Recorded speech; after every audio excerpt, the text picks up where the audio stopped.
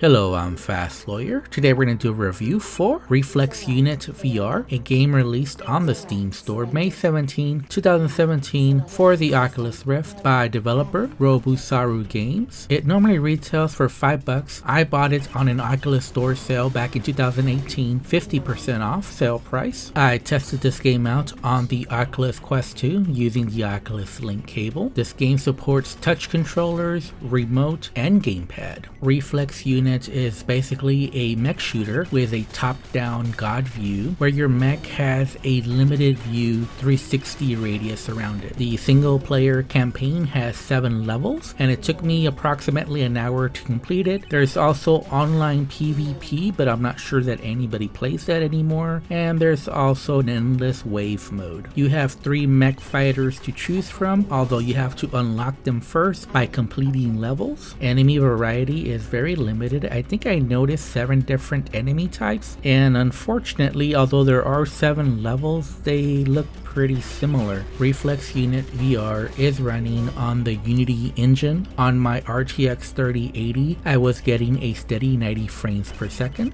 I only experienced one serious issue, one serious bug, and that was when I faced an invincible enemy that could just shoot at me, but I couldn't return fire. It was completely invisible. It was like under the ground, and I just couldn't shoot it back. Basically, I just had to run away from it. That's how I got past it. Other than that issue though, I didn't face any other serious issues or bugs. The game does have generous checkpoints, although if you want to get a perfect score, you have to complete the level without dying. There are online leaderboards for bragging rights. As far as the gameplay, I did find that using a gamepad was the best solution for the game. Although touch controllers do work, they're mostly just used as a gamepad. In fact, the only real reason to use them is if you want to use remote aiming, which is basically just a laser coming out of your touch controller to aim. However, I found that head gaze based aiming was the best type of aiming for this gameplay. It's just much quicker, it's a lot smoother, and yes, I know I'm not a fan of gaze-based aiming. I don't like it, but for this type of game it worked really well and it really didn't bother me that much. This game does start off really well and I was having a lot of fun in the first early levels. However, this game slowly becomes bland after the 3rd or 4th level, where you've already seen all the enemies and you've already seen the same type of corridors that this game uses, and just the bland game level design. It really doesn't help that the enemy AI can be pretty dumb, where they just stand there at the edges of your radius, and this game really becomes, if you spot the enemy first, they're easy to take down and you probably take no damage, whereas if you run into enemies, you're likely to die pretty quickly. So can you see the enemy first before they spot you is just not an interesting gameplay loop to repeat throughout the whole campaign. Even the boss fights are this type of encounter. So at the end of the day, this game feels more like a demo and a missed opportunity rather than a full-fledged game with a complete single-player campaign.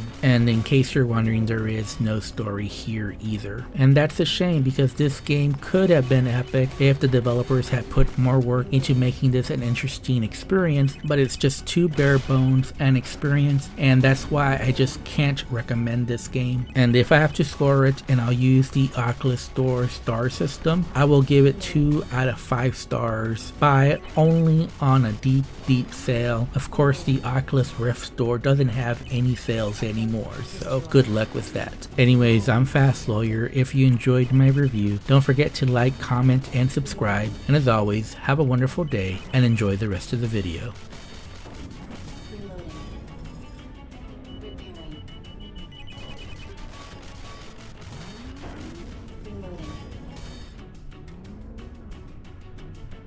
Ability activated. Reloading. Offline.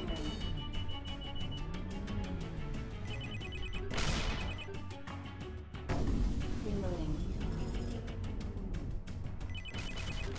Adding objective. Reloading.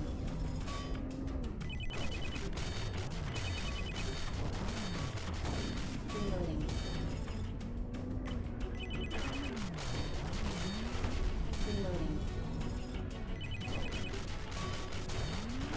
Reloading.